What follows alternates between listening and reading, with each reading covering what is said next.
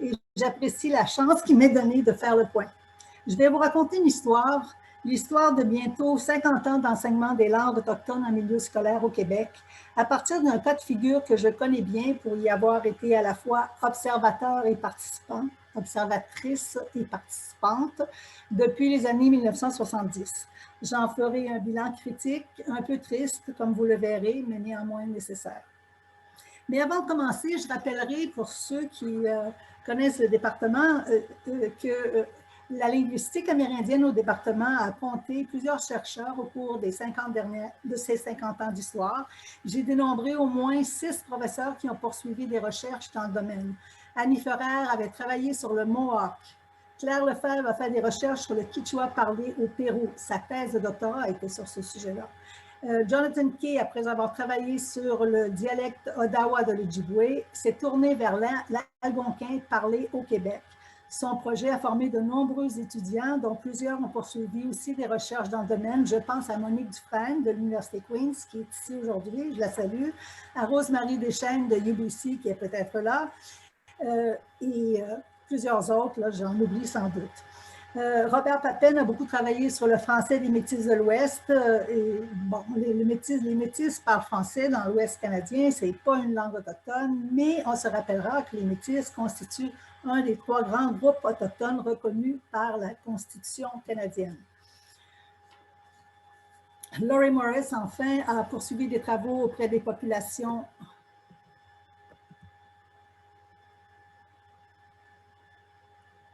Excusez-moi. Pas très sensible.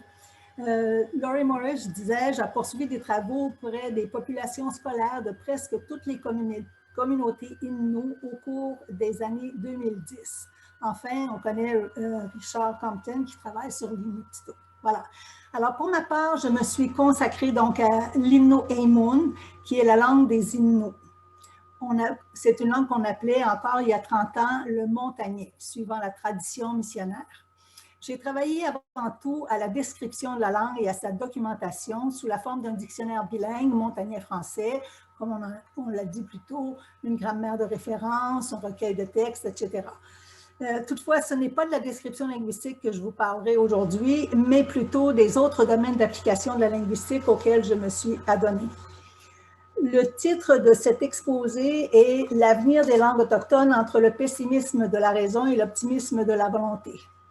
Je vais relater mon expérience personnelle dans le dossier du maintien et de la conservation de la langue des Inuits et les leçons que j'en tire. Comme on dit aujourd'hui, ce sera du lived experience.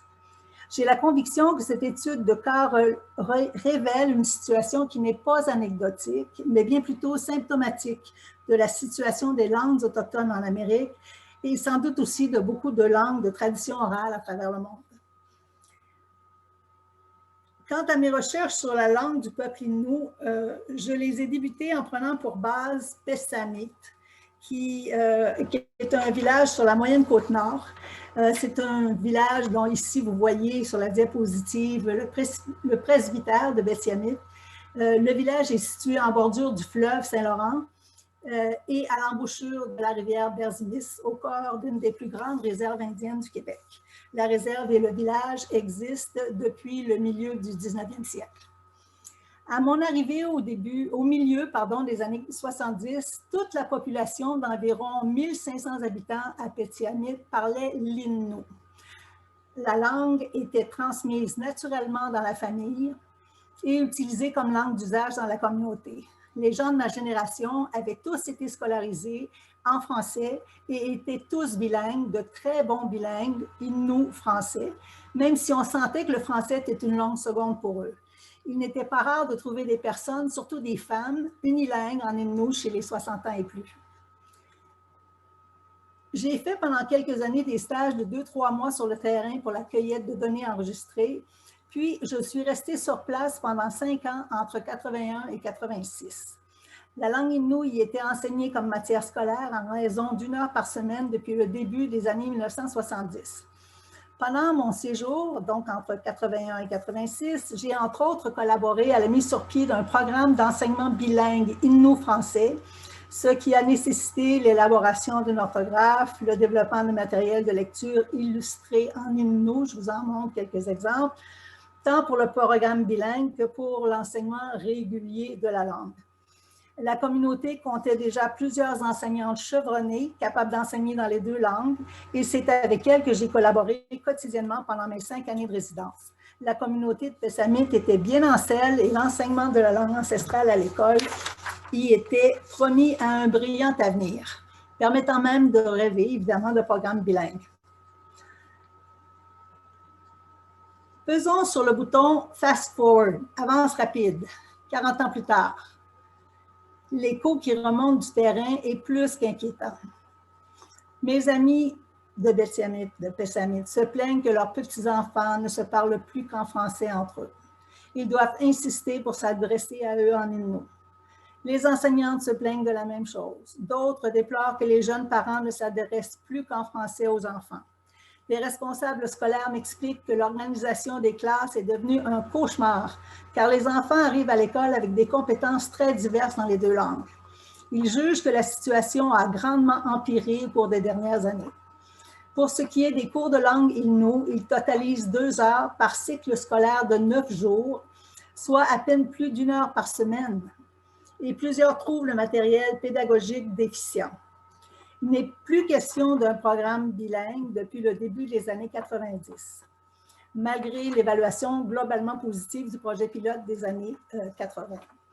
J'entends souvent les enseignants de langue Innu se plaindre de l'absence de soutien des parents pour l'enseignement de la langue ancestrale et, plus grave encore, plusieurs déplorent le manque d'intérêt des élèves pour l'apprentissage de la lecture et de l'écriture en Innu.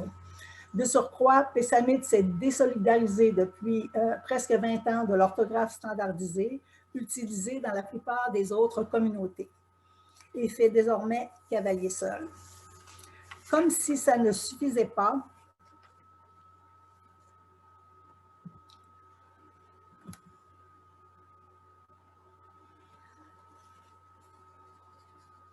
on s'aperçoit aussi que le cadre conceptuel plutôt sommaire qui avait présidé à l'introduction des langues ancestrales dans le cursus des élèves dans les années 70 n'a pas été revu.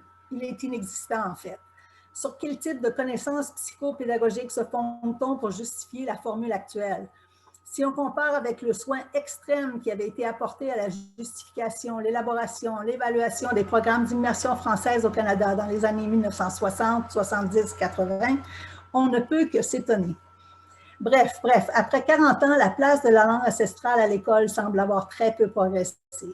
En fait, on fait du surplace, tandis que l'utilisation de la langue dans la communauté a nettement régressé. Il ne faut pas être grand devin pour comprendre que Pessamit a amorcé le processus de shift, transfert au français, au grand désarroi de tous. Ce constat est d'autant plus troublant que l'écho qui remonte des autres communautés Innu est grosso modo le même, sinon pire.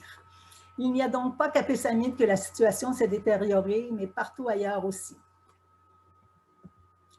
L'exposé d'aujourd'hui n'a pas pour objectif de proposer des moyens d'endiguer le déclin de la langue dans les communautés Innu. Je propose plutôt un regard rétrospectif, en interrogeant les politiques et actions mises en œuvre depuis 50 ans afin de tenter de comprendre pourquoi elles ont si manifestement échoué, alors que la langue était, il y a à peine 2 générations, dans un état plutôt satisfaisant.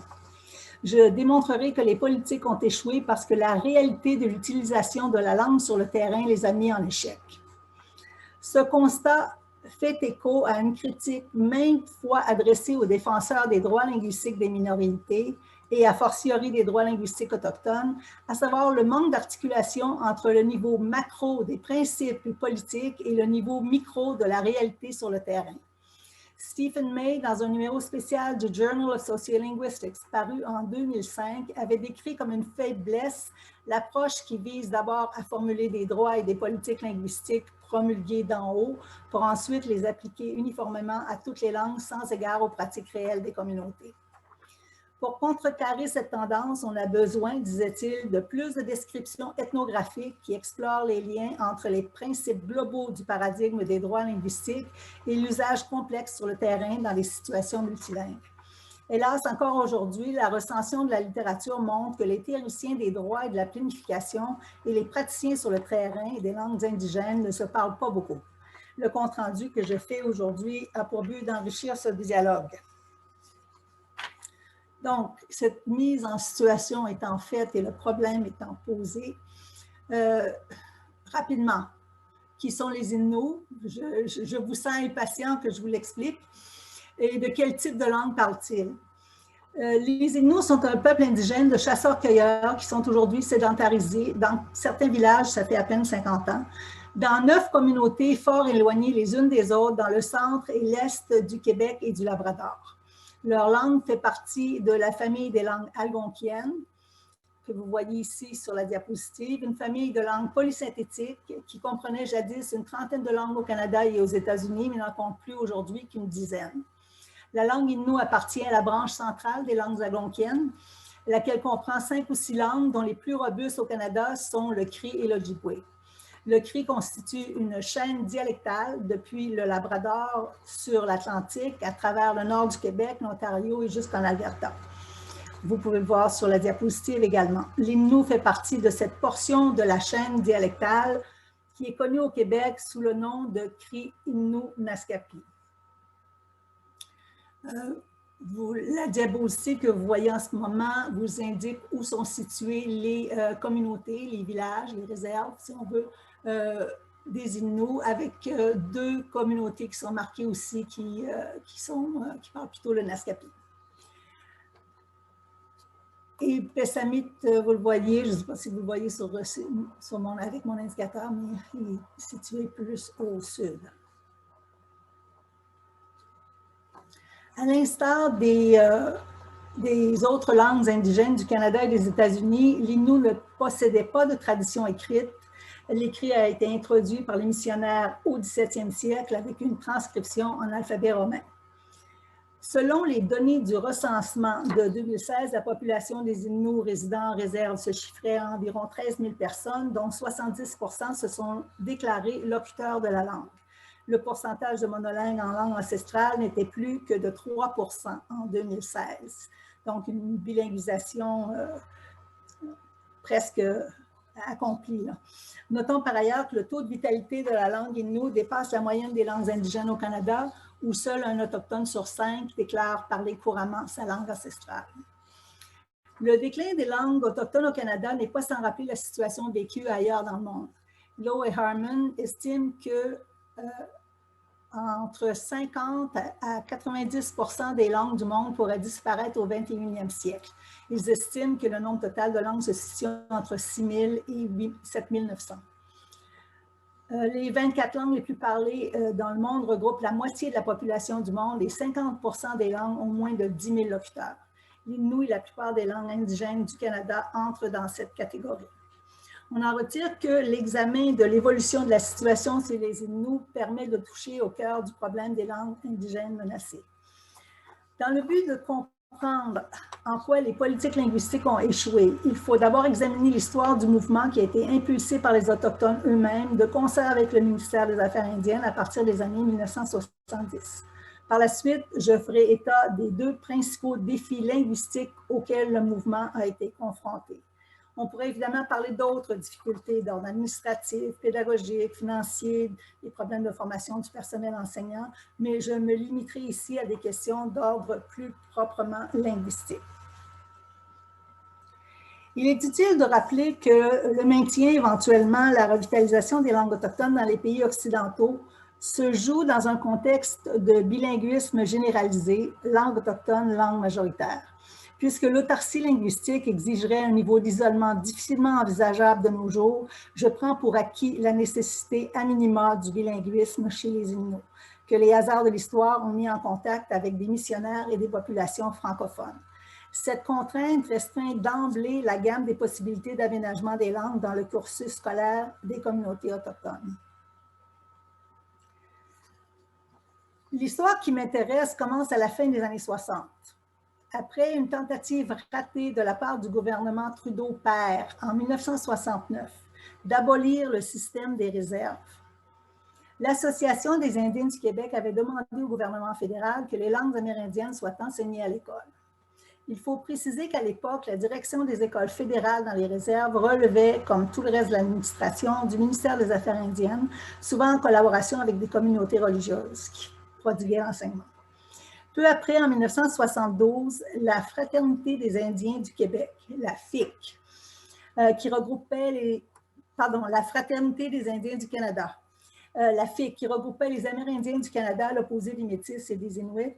La fraternité, donc, publie un texte de moins de 40 pages intitulé « La maîtrise indienne de l'éducation indienne ». Ce document, après les déclarations d'usage sur la nécessité que l'éducation des enfants autochtones reflète leur culture et leurs valeurs, réclamait que les pleins pouvoirs de gestion de l'éducation soient transférés aux diverses bandes, de même que les subventions afférentes. C'était la première demande. On demandait ensuite que soient revus les programmes d'études de manière à ce qu'ils reflètent l'histoire et la culture indienne. On réclamait, entre autres, des cours spéciaux de langue indienne dans les écoles. Comme vous voyez, j'utilise le vocabulaire de l'époque qui est anachronique aujourd'hui. Quant aux langues ancestrales, le texte de la FIC tient sur une page et demie. On s'y inquiète de la perte croissante de maîtrise de ces langues par les jeunes générations et on souligne la nécessité de prendre des mesures immédiates pour renverser la situation. En résumé, les demandes de la FIC sont les suivantes. Pour les enfants de langue maternelle autochtone, de mettre sur pied des programmes bilingues où ils seraient alphabétisés d'abord dans leur propre langue en assurant une transition progressive au français ou à l'anglais. Là où la langue est en voie de disparition, de fournir minimalement des cours de langue dans le cursus scolaire des élèves. D'effectuer des études sérieuses pour donner aux langues orales traditionnelles une forme écrite adaptée à l'enseignement et à la littérature afin d'en répandre l'usage comme moyen d'expression littéraire. Quatrièmement, vous l'avez, pour ce faire, identifier les structures de la langue, syntaxe, grammaire, morphologie, vocabulaire, etc. En lien avec le premier PICA, celui-ci, on reconnaît une demande d'avoir des programmes qu'on appelle des programmes de transition bilingue où certains d'entre vous savent peut-être que la formule de transition bilingue est une formule qui a été très décriée aux États-Unis et au Canada. Elle a été qualifiée de formule d'assimilation linguistique. Quoi qu'il en soit, la FIC n'a rien inventé en demandant des programmes de transition bilingue, puisque cette demande faisait déjà écho à la politique de l'UNESCO qui, dès 1953, proposait que les enfants locuteurs de langue vernaculaire soient scolarisés d'abord dans leur langue maternelle, ce qui est encore aujourd'hui présenté comme axiomatique pour ce genre de communauté. Donc, ça, c'était les demandes de la FIC. Dès février 1973, ce document de la Fraternité des Indiens est reconnu officiellement par le ministère des Affaires indiennes qui en endosse ses propositions et s'engage à les mettre en application. Ainsi, la prise en charge de la gestion de l'éducation par les bandes s'est effectuée graduellement. Pour Pessamit, ça a été le tout début des années 80, peut-être même la fin, peut-être même 79. Pour ce qui concerne les politiques linguistiques, on considérait que la survie des langues ancestrales passait par l'école, par une politique à deux volets, comme on vient de le voir.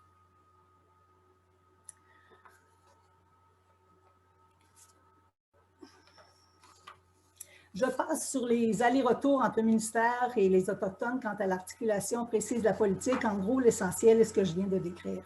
À partir de là, c'est enclenché au Québec à l'initiative du ministère des Affaires indiennes, et ce, dès les années 70, un vaste programme d'introduction des langues dans les écoles. Le plan exigeait la formation des enseignantes, la standardisation de l'orthographe, l'élaboration de matériel pédagogique, de dictionnaires, de grammaire, etc. Entre-temps, il faut bien comprendre, c'est important, une fois faite la prise en charge de l'éducation par les bandes elles-mêmes, c'est à elles que revenait, donc aux bandes, que revenait la tâche d'amérindianiser leurs écoles, et le ministère s'est retiré complètement de ce dossier-là. 45 ans plus tard, comme on le voit, les choses n'ont pas marché comme prévu. Là où la langue était à un stade avancé de déperdition, on a eu, comme chez les Mohawks, des programmes bilingues d'immersion en Mohawk. En revanche, alors qu'on avait prévu des programmes bilingues pour les communautés où la langue était encore parlée, on ne retrouve dans les faits qu'environ 1 heure par semaine de cours de langue, à l'exception notable des Inuits dont je ne fais pas état ici. un rapport du réseau Dialogue de l'INRS en 2010, sous la signature d'Aurélie O, montre que la situation est quasi généralisée à l'ensemble du Québec et non seulement chez les Inuits. Rien ne s'est donc passé comme prévu du côté de l'utilisation des langues à l'école. En revanche, il est utile de préciser que les Inuits sont un des groupes autochtones les mieux outillés en termes de documentation linguistique. Je passe rapidement parce qu'on pourrait en parler longtemps. Ils disposent d'une orthographe uniformisée, de dictionnaires bilingues, Innu-français, français-Innu, Innu-anglais, anglais-Innu. Les dictionnaires sont en ligne. Sur la diapositive, j'ai montré le premier dictionnaire, celui que j'ai fait était en 91, et après, on a agrandi le dictionnaire, on a appelé ça un dictionnaire pan-Innu, qui englobait des données ajoutées des autres dialectes. Il y a également, j'en faisais état, là, un guide orthographique de conjugaison verbale, un programme complet d'enseignement de la langue au primaire qui a été fait ces dernières années à l'Institut Segabèche à Sept-Îles. Donc, en ce qui concerne la codification de la langue, le plan initial a fonctionné, du moins chez les Inuits. C'est le côté implantation à l'école qui n'a pas suivi. Alors, qu'est-ce qui n'a pas marché? Je vais me limiter à regarder la situation des communautés Inuits où la langue était déjà transmise normalement dans les années 70, c'est-à-dire presque la totalité des communautés. Et je vais faire état de deux écueils proprement linguistiques. Comme je vous disais tout à l'heure, on n'a pas le temps de discuter des autres questions, seulement les questions linguistiques. En premier lieu, la question de l'orthographe.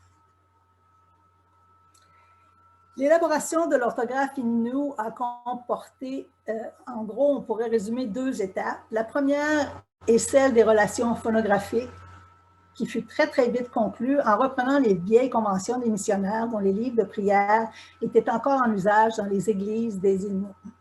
Ça a été assez facile de s'entendre sur la façon de transcrire tel son, toutes les relations entre les sons et les lettres, faciles. En gros, l'alphabet romain est un ensemble de conventions dont il n'est pas nécessaire que je fasse état ici. La deuxième étape a été pas mal plus difficile. Elle a duré 20 ans.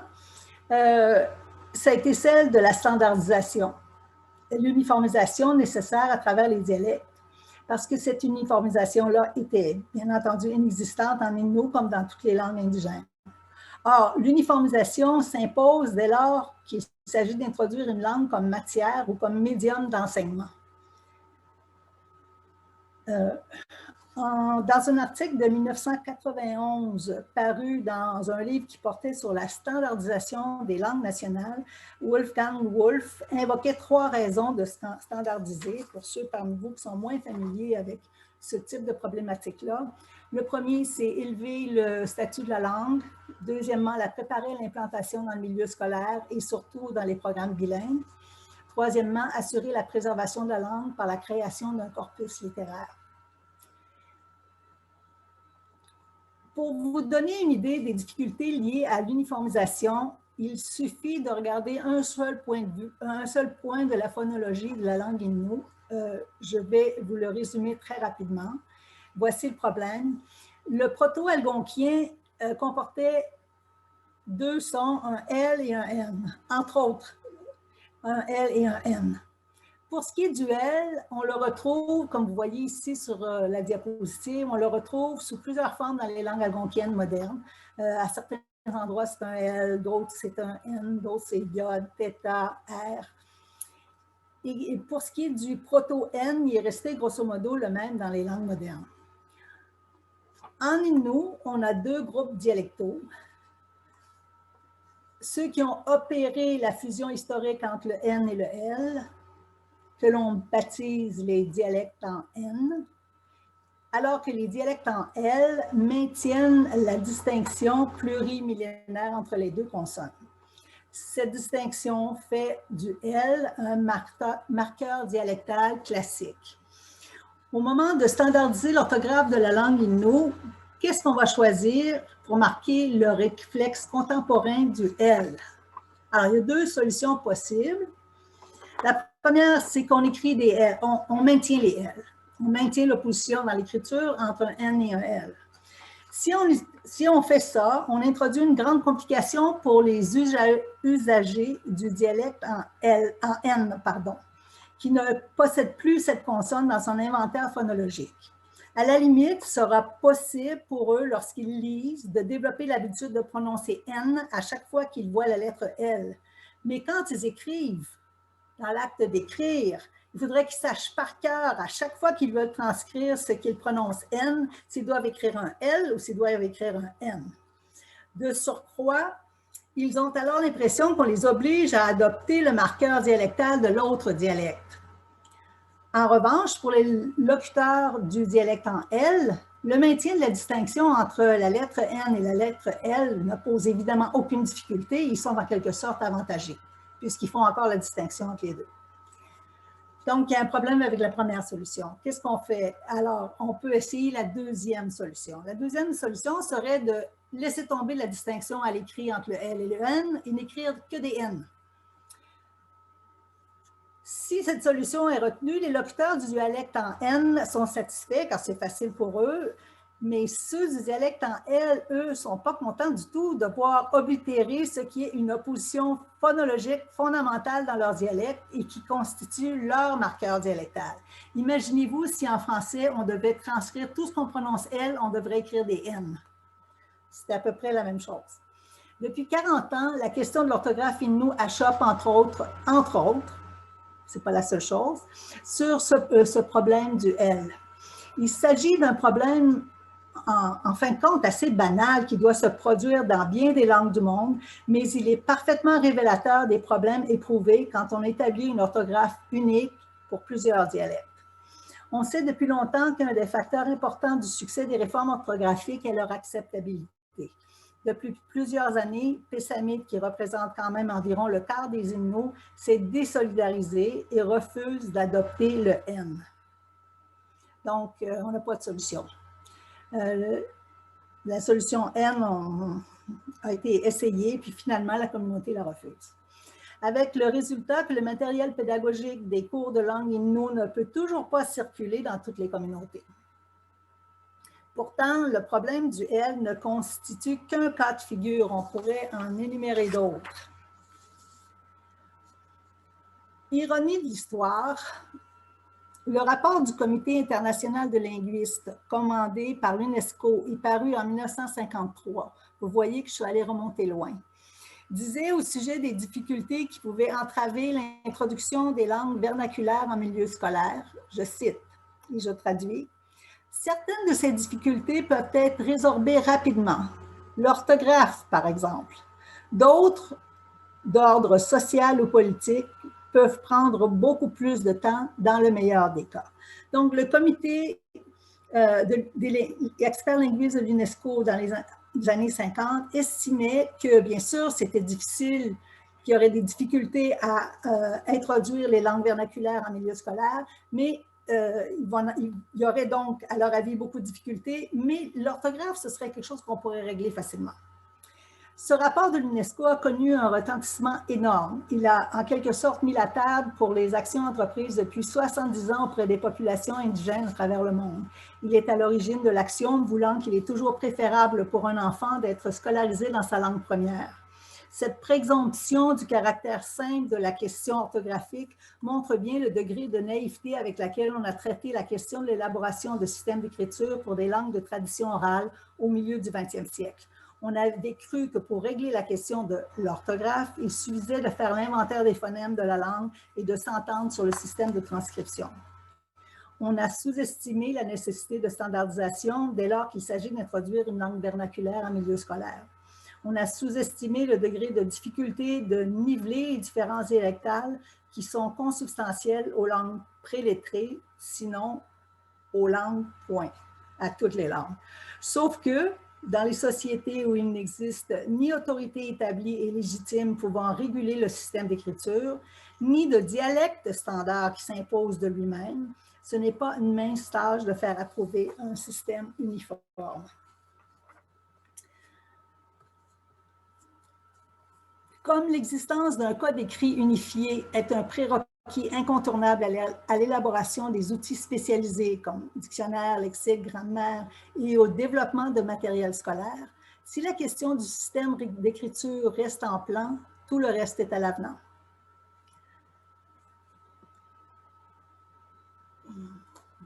L'odyssée orthographique in nous, j'appelle ça une odyssée parce que c'en est presque une. Est-ce qu'elle fait exception? Est-ce que c'est quelque chose de particulier? Hélas, non. Après plusieurs décennies d'expérimentation dans plusieurs langues de tradition orale, c'est à partir des années 1990, grosso modo, que les linguistes de terrain ont déchanté, d'après ce qu'on peut juger des publications sur le sujet. Les linguistes parlent du développement de l'orthographe comme d'une arme à deux tranchants.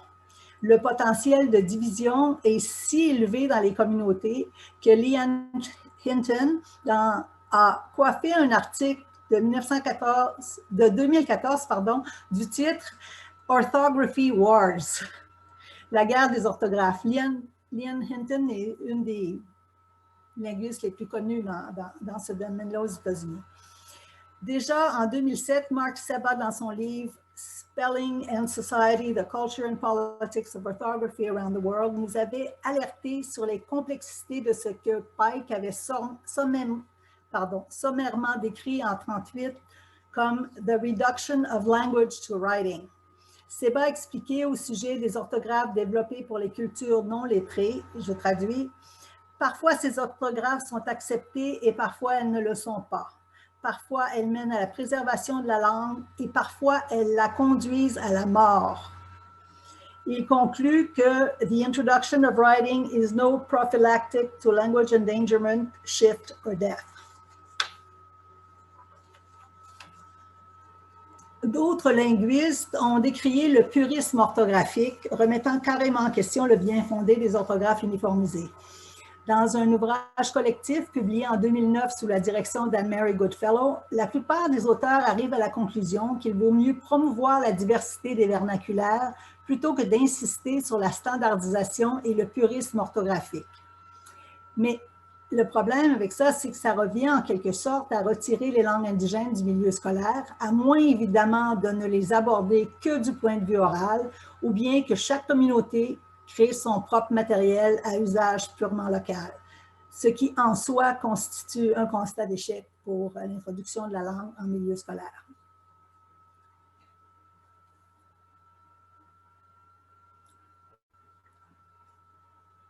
Alors, je passe maintenant au deuxième défi, le vocabulaire. Encore une fois, un défi qui, à mon avis, a été largement sous-évalué. Quand il s'agit d'utiliser les langues indigènes en milieu scolaire, on considère a priori qu'elles peuvent toutes l'être, après un ajustement minimal. En effet, comme les linguistes l'affirment, avec raison d'ailleurs, il n'existe pas de langue primitive et toute langue peut servir de médium d'enseignement.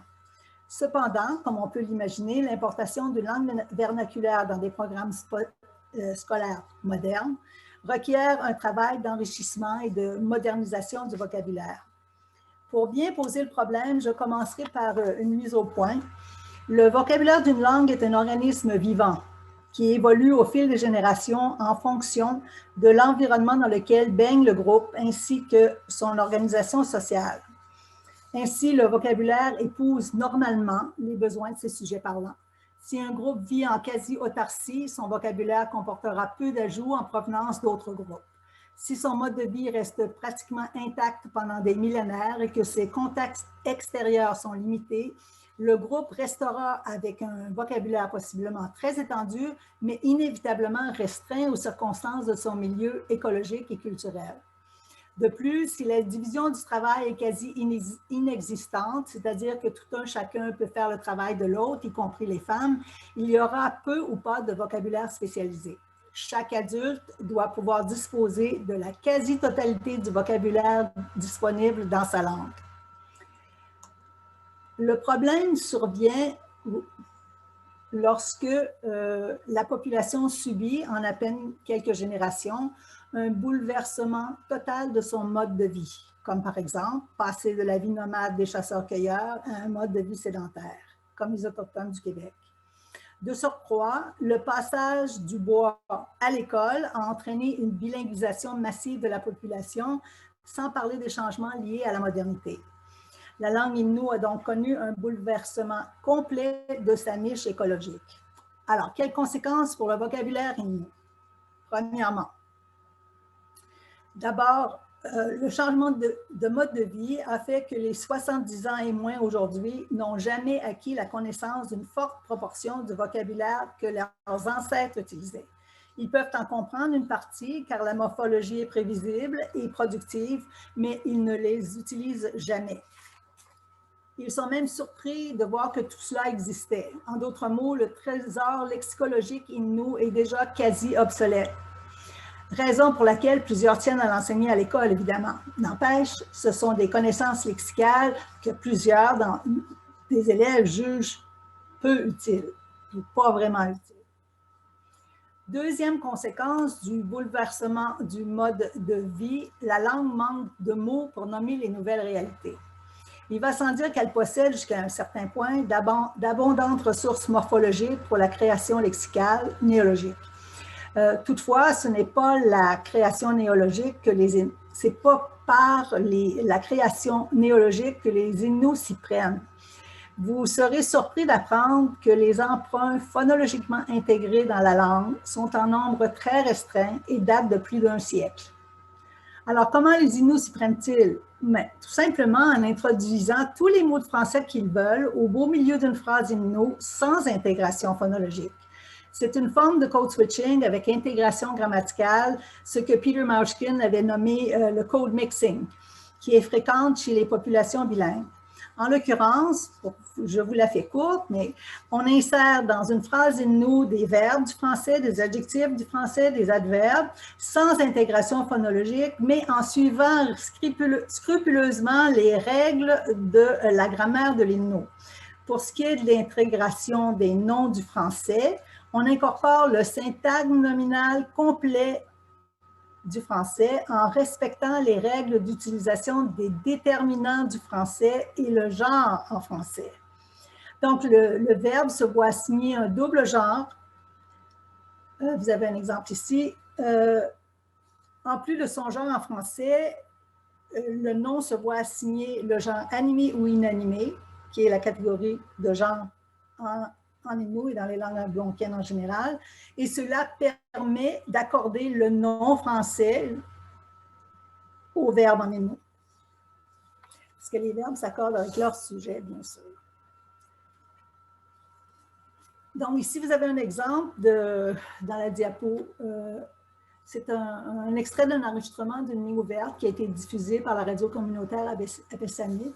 Alors, il dit « Miam né le touriste Pavdat, Wikuset, le saumon Wikuset, Miam né Détagwan, le bureau Bekomo Pei, qu'il est affilié avec le bureau. » Là, il y a toute une séquence en français. « Oudé à Berzimis, Tsegatagwan, Oudé, un bureau de touristes Pessamit. » Bon. Le code mixing, tel que je viens de le décrire, constitue un ensemble cohérent de stratégies utiles pour combler les besoins lexicaux. Il y a un hic toutefois, car une fois ancrée l'habitude que je viens de décrire d'incorporer des syntagmes nominaux du français pour nommer les nouvelles réalités, il n'y a qu'un pas vers le remplacement du vocabulaire nominal de base. Le soleil, le lac, la lune, le bras, le cou, etc. Un pas qui a été franchi depuis au moins les années 1990. Sur la diapo, vous voyez que le locuteur dit « le saumon » en français. La rivière Berzimis, c'est une rivière à saumon.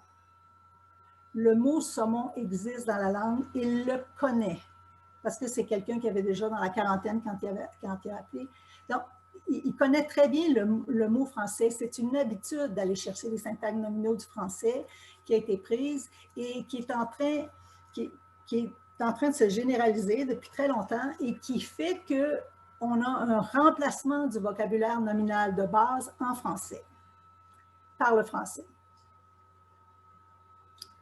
On constate en effet que les enfants Innu, bien que sachant parler la langue, ne possèdent pas le vocabulaire nominal de base dans leur propre langue. Une enquête que j'ai menée avec des enseignantes de Pessamit auprès des enfants de 4e et 6e année au milieu des années 90 l'avait démontré noir sur blanc. Des enquêtes semblables ont été faites par Laurie Morris au cours des 10 dernières années. Elles ont montré que le phénomène est maintenant généralisé à l'ensemble des communautés.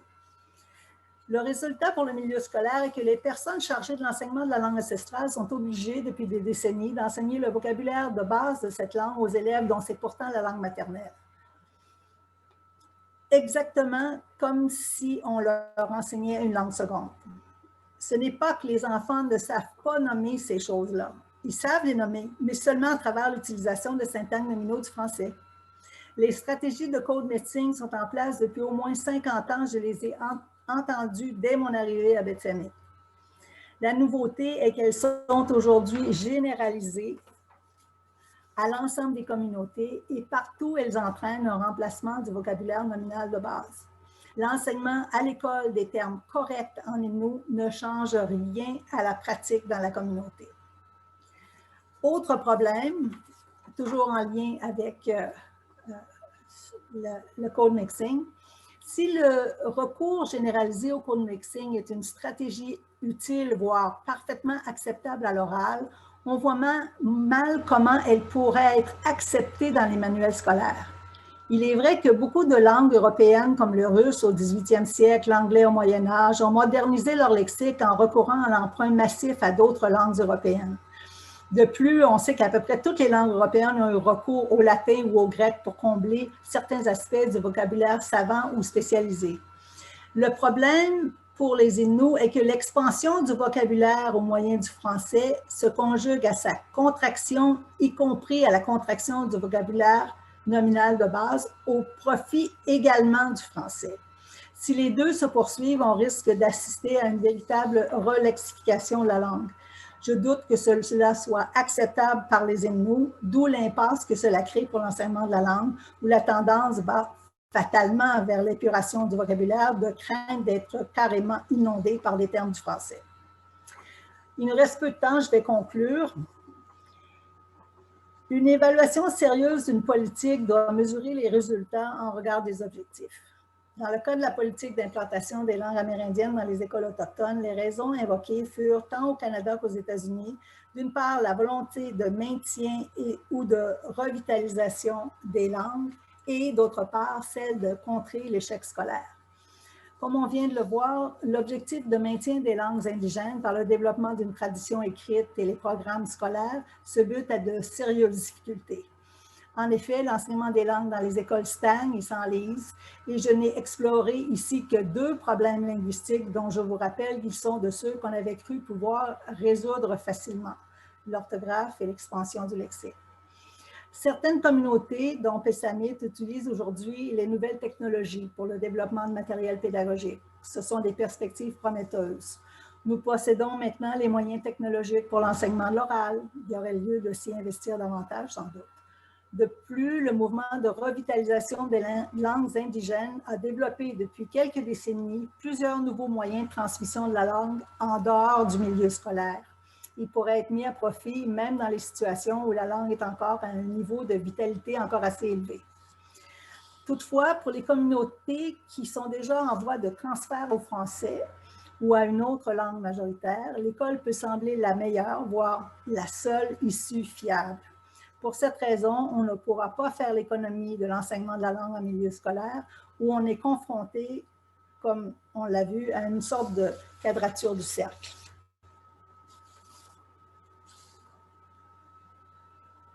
Pour analyser cet échec relatif, je propose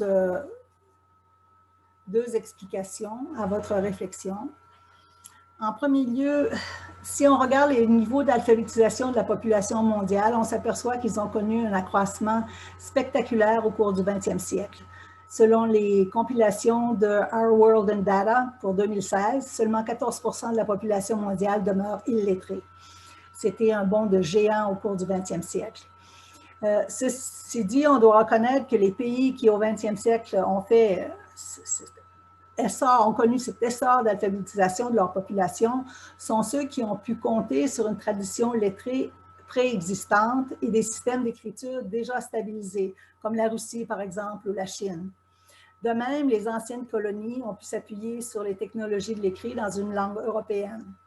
Entre le 17e et le 19e siècle, c'est également l'existence d'une production écrite préalable qui a assuré le décollage de l'alphabétisation des pays nord-européens. En d'autres mots, le décollage éducatif reposait sur l'existence préalable d'un code écrit et d'une tradition lettrée dans la langue d'alphabétisation. En tentant de provoquer le décollage éducatif dans des populations sans code écrit ni tradition lettrée, on a essayé de reproduire les mêmes conditions de réussite, mais en faisant totalement abstraction de leur contexte socio-culturel. À partir de la prémisse qui veut que toutes les langues se valent, on a ignoré le fait que les langues n'existent pas en dehors des populations qui les parlent.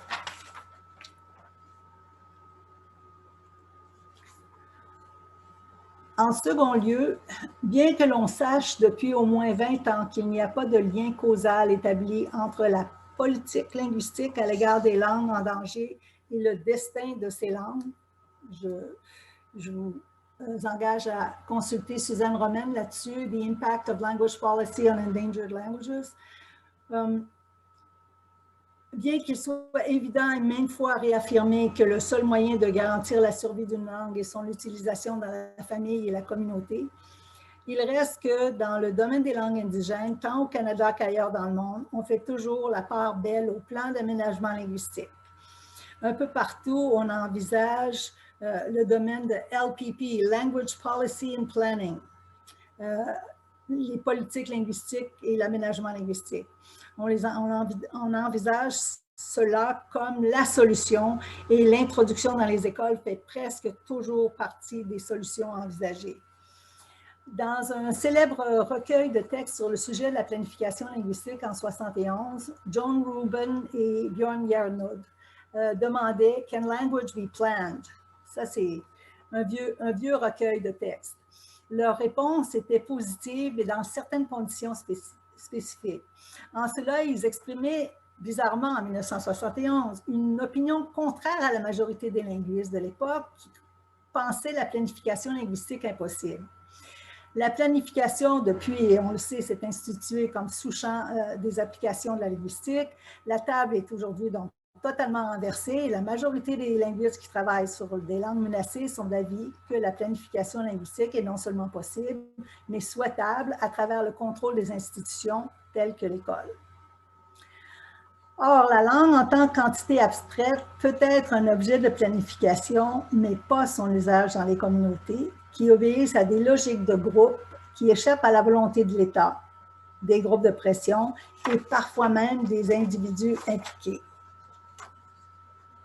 J'espère avoir démontré que si la langue peut être objet d'une certaine planification, l'usage des populations, lui, ne peut pas vraiment l'être.